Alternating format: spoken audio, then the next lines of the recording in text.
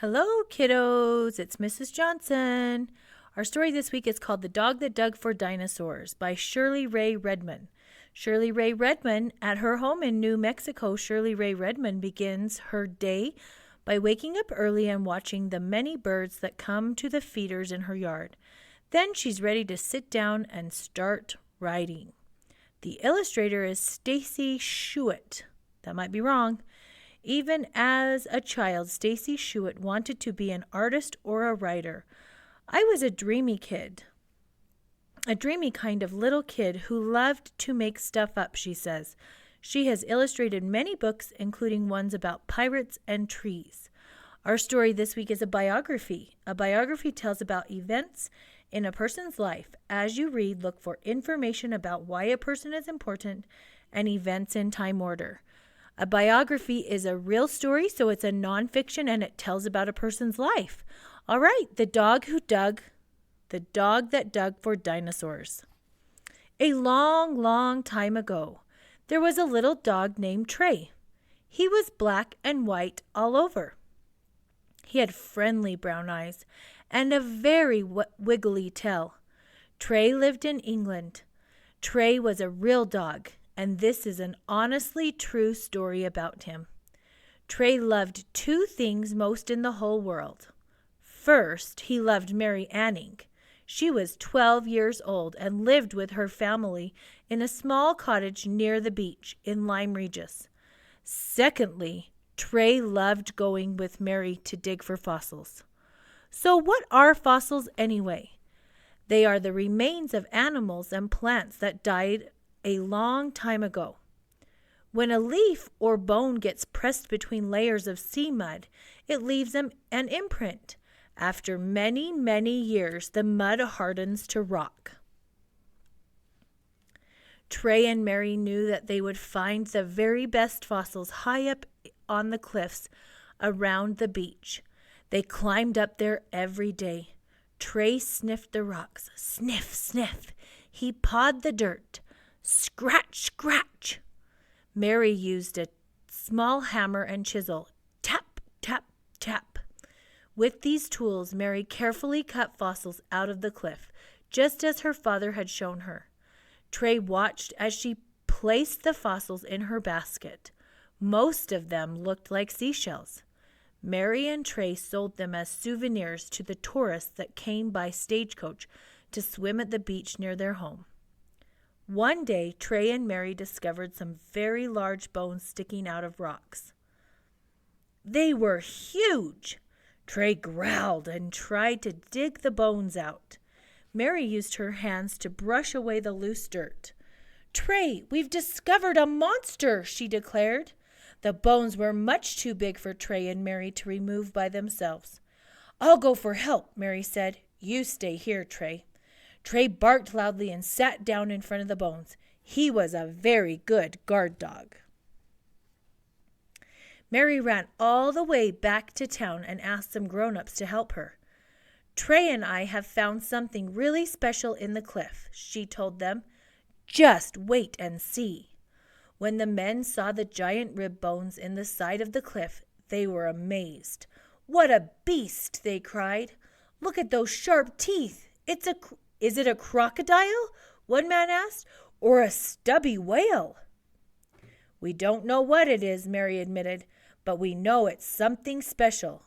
Don't we, Trey?" Trey yipped and wagged his tail. A rich man who lived nearby heard about the sea monster. He hurried to see it for himself. "I'll buy it," he cried. "I will give it to the British Museum in London." "Do you know what it is called?" Mary asked. "It is called an ichthyosaur," the man told her. "That means fish lizard," he explained. "It's like a dinosaur with fins." The amazing news spread about the gigantic fish lizard and the dog and little girl who had found it. Soon many strangers came to Lyme Regis, where Mary and Trey lived. They all wanted to hunt for fossils too. The men wore tall top hats. The women wore frilly bonnets. They carried pretty umbrellas called parasols. Mary shook her head and smiled. She rubbed Trey's soft ears. They watched the strangers together. "They don't have the right tools," Mary whispered. "They are all wearing the wrong kind of shoes. Aren't they silly, Trey?" Trey yipped and chased his tail. Curious scientists visited Lyme Regis too. One man came from the university in Oxford. His name was William Buckland. He went to the old carpenter's shop where Mary and Trey sold their fossils.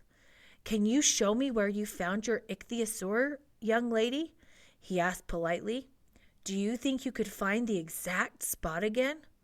"Trey can find it," Mary boasted. Together, Mary and Mr. Buckland followed the little dog across the beach and up to the cliffs. Trey sniffed the rock, sniff, sniff. He pawed the dirt, scratch, scratch. Suddenly he yipped. Then he sat down. Mary pointed. It was the exact place where she had discovered the strange fish lizard. "What an intelligent dog," Mr. Buckland declared. Trey wagged his tail. Trey and Mary continued to dig for fossils. They were very careful.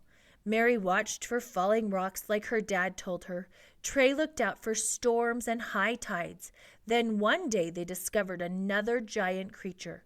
"Look, Trey," Mary cried. "Is it a sea dragon?"